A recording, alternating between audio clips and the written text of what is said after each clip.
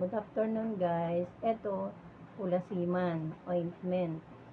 Ang kulasiman ointment ang gamit para sa almoranas, sa kabag, sa sakit ng tiyan, at saka para sa mga varicose vein, mga ugat. Guys, kaya inano ko yung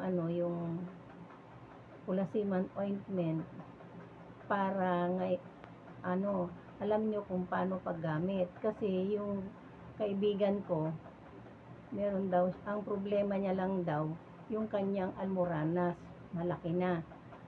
Guys, para hindi naabutin ng malaki, kaya ako sinishare sa inyo yung kulasiman ointment. Ito guys, na-i-post ko na guys sa aking FB na kung paano gawin yung kulasiman, tsaka kung anong klaseng dahon yung kulasiman. Makikita nyo na dyan kung paano to ginawa.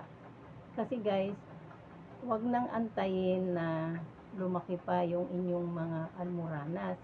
Ito guys, kung halimbawa sinlaki pa lang ng butil ng mais, o kaya sinlaki siya ng buto ng santol, guys, maganda to, ipahid lang 2 beses nga. Ako guys, kaya na-experience ko to, aksidente ko lang siyang nalaman na yung kulasiman pwedeng gamot sa almoranas.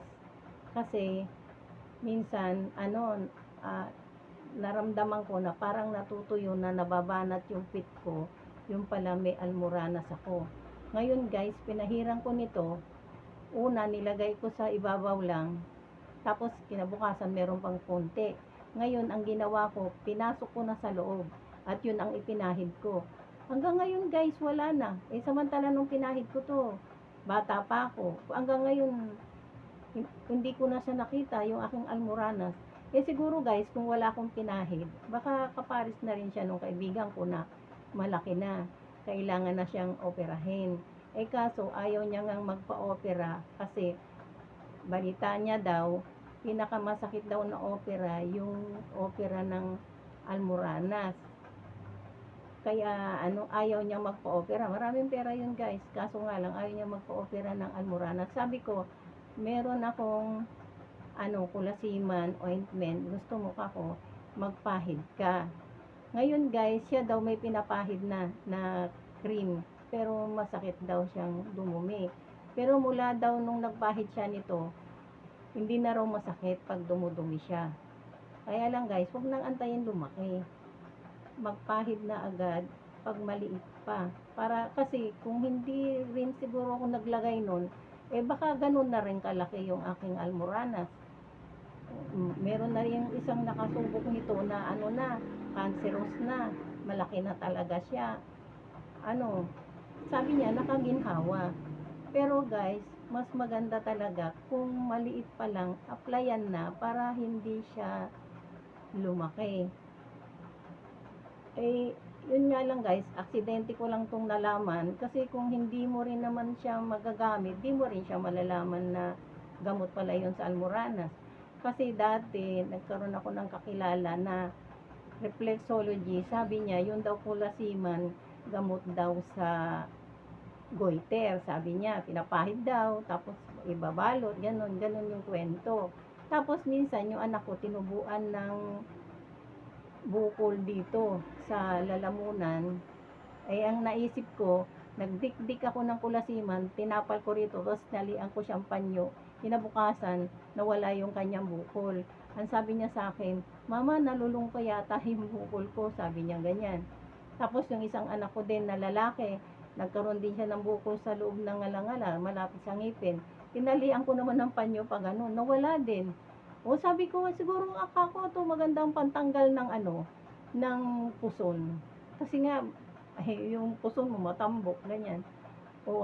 Kaya ganun, gumawa ako ngayon ng ointment na pamahid sa puson, tapos nilagyan ko siya ng pinahirang ko, tapos nilagyan ko siya ng cling wrap, tapos mag-exercise ka, umimpis yung utot ako ng utot, tapos umimpis yung puson ko.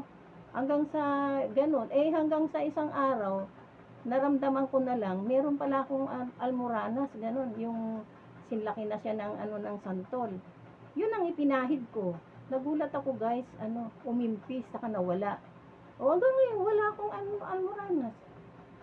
Kaya ko yun na tuklasan guys, na maganda. At saka yung anak kong bunso, ganun din, nagkaroon din siya ng almoranas. Pinahid lang dun, na wala. Tapos yung manugang ko, nanganak siya.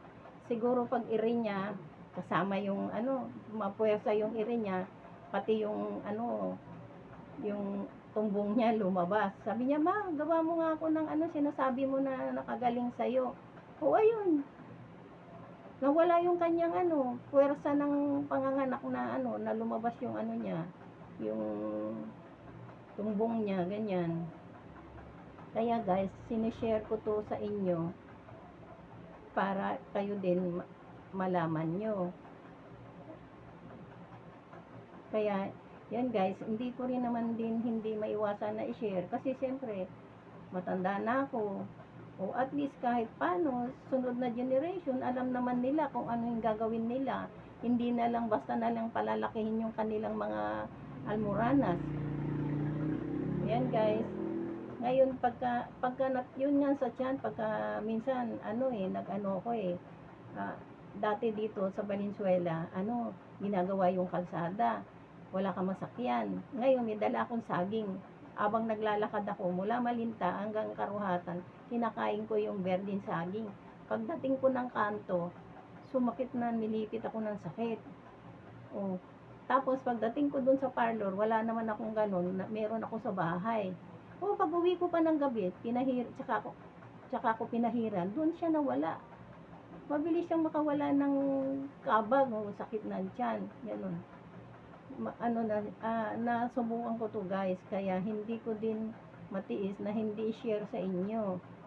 Para at least alam nyo rin kung paano nyo gawan ng paraan pag nagkakaroon kayo ng almoranas, ng kabag, o yung may varicose vein. Yung pag may varicose ka, aplasan mo lang, masahin mo konti, tapos magmedyas ka ng mahigpit na stocking. O yun, pagtanggal mo, lumubog na yung iyong mga yung mga ugat mo, ganun. Yan guys. Thank you for watching.